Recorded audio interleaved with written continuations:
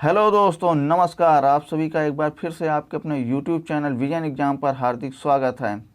तो दोस्तों, हम लोग एसएससी जीडी एमटीएस 2021 परीक्षा के लिए जीके और जीएस के प्रश्नों को टेस्ट सीरीज के माध्यम से रिवीजन कर रहे थे। तो ये टेस्ट सीरीज नंबर 3 होगी, जिसपे हम लोग इतिहास में प्राचीन भारत के इतिहास से संबंधित महत्वपूर्ण प्रश्न जो कि प्रीवियस ईयर से आए हुए हैं, तो उनको हम लोग देखेंगे इस वीडियो में। तो आइए दोस्तों, शुरू करते हैं।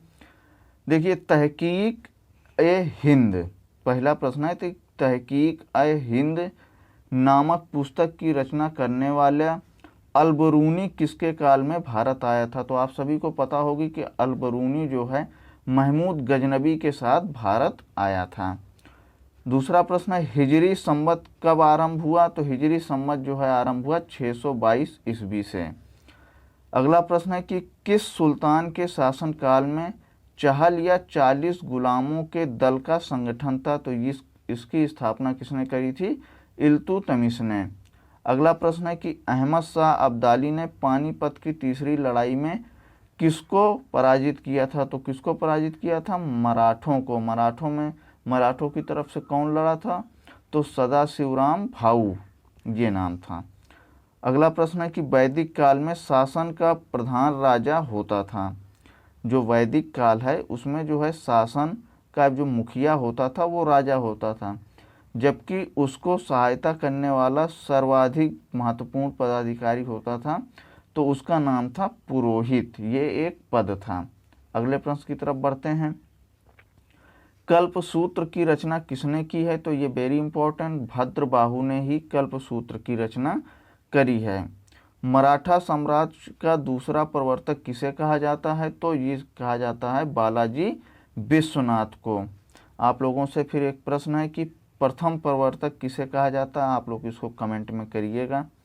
अगला प्रश्न है कि अकबर के विरुद्ध युद्ध करने वाली प्रसिद्ध रानी चांद बीबी का संबंध किस राज्य से था? तो ये थी अहमदनगर से संबंधित थी। तो अकबर के विरुद्ध युद्ध करने वाली रानी कौन थी? चांद बीबी, और इनका संबंध जो है अहमदनगर राज्य से था।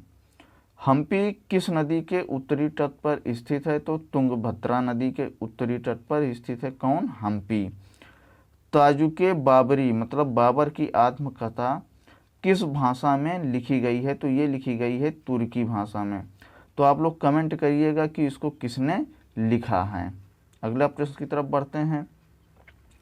7वीं सदी के प्रारंभ में किस शैव संत ने सर्वप्रथम तमिल साहित्य के लिए संगम शब्द का प्रयोग किया है?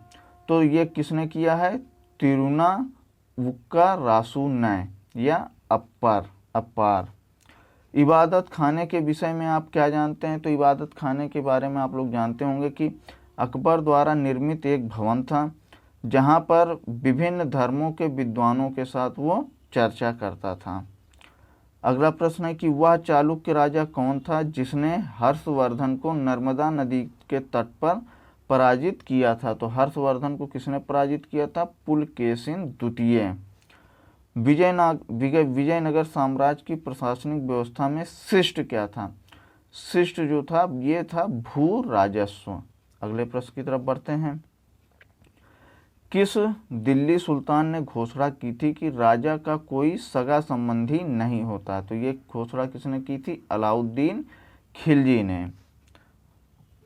अगला प्रश्न है कि सम्राट हर्षवर्धन ने 2 महान धार्मिक सम्मेलनों का आयोजन किया था। तो कहाँ कहाँ किया था? कन्नौज में और प्रयाग में। अगला प्रश्न है कि दिल्ली सल्तनत के सुल्तानों में से कौन नहर प्रणाली का जनक माना जाता है? तो नहर प्रणाली का जनक किसे माना जाता है? फिरोज शाह तुगलक को, और ये जो है तुगलक वंश से संबंधित था। माउंट आबू के दिलवाड़ा के मंदिर में किस स्थापत्य कला की उच्च कोटि के नमूने हैं? तो माउंट आबू के दिलवाड़ा मंदिर में देखिए भारत के जैन स्थापत्य कला का जो है उच्च कोटि के नमूने कहाँ मिलते हैं? माउंट आबू के दिलवाड़ा के मंदिर में। अगले प्रश्न की तरफ बढ़ते हैं। 1793 में किसने राजधानी दिल्ली के निवासियों को कत्ले आम का हुक्म दिया था? तो ये किसने हुक्म दिया था? ये दिया था नादिर शाह ने। प्रसिद्ध ग्रंथ ललित विस्तार का संबंध किस धर्म से है? बौद्ध धर्म से। देखिए आप लोग इसको याद कर लीजिएगा, ये कहीं आपको मिलेगा नहीं। पूर्व मुगल काल में भारत की यात्रा करने वाला इब्न बतूता किस देश का निवासी था? तो इब्न बतूता मोरक्को से आया था। वत्स महाजनपद, ये देखिए 16 महाजनपद थे, तो इसमें वत्स महाजनपद के बारे में बताया गया है।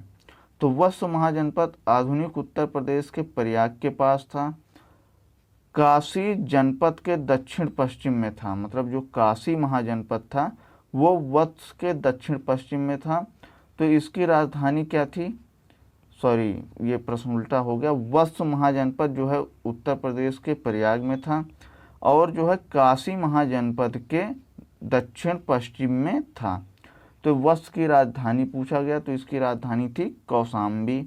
और काशी महाजनपद की राजधानी थी, आप सभी को पता होगा, बनारस। अगले प्रश्न की तरफ बढ़ते हैं। देखिए एक कथन है और ये पूछा गया कि इस कथन को किसने कहा था। तो कथन क्या है? नगर इतनी बुरी तरह से उजड़ गया है कि इमारतें, महल और आसपास के इलाकों में एक बिल्ली या कुत्ता तक नहीं बचा है। ये जो है सुल्तान मोहम्मद बिन तुगलक द्वारा राजधानी स्थानांतरण के बारे में कहा था। तो ये उपयुक्त वाक्य किसका था? तो ये था जियाउद्दीन बर्नी का। भूमि की माप के आधार पर भू राजस्व का विनिर्धारण और प्रति बिस्वा उपज का आकलन करने वाला सबसे पहले किस सुल्तान ने किया था? मतलब जो पहले भूमि को नापा और उसमें जो है प्रति बिस्वा उपज का आकलन किया, फिर उस पर टैक्स लगाया। तो ये देखिए ये किसने किया था? तो अलाउद्दीन खिलजी द्वारा। शिशुनाग वंश के किस शासक के समय वैशाली में द्वितीय बौद्ध संगीति का आयोजन किया गया? तो काला शोक के समय में। तो आपसे ये भी पूछा जा सकता है कि द्वितीय बौद्ध संगीत का आयोजन किसके समय में किया गया? तो काला शोक के समय में। किस वंश के राजा के समय में? तो शिशुनाग वंश चल रहा था इस समय। तो दोस्तों ये कुल 25 प्रश्न थे, आप लोग इसको अच्छे से रिवीजन कर लीजिए और चैनल से जुड़े रहिए, आपको आगे ऐसे ही टेस्ट सीरीज मिलती रहेगी। तो धन्यवाद दोस्तों, आप सभी को एक बार फिर से विजन एग्ज़ाम में बने रहने के लिए बहुत बहुत धन्यवाद। विजन एग्ज़ाम फैमिली को आप लोग सब्सक्राइब करिए। धन्यवाद दोस्तों।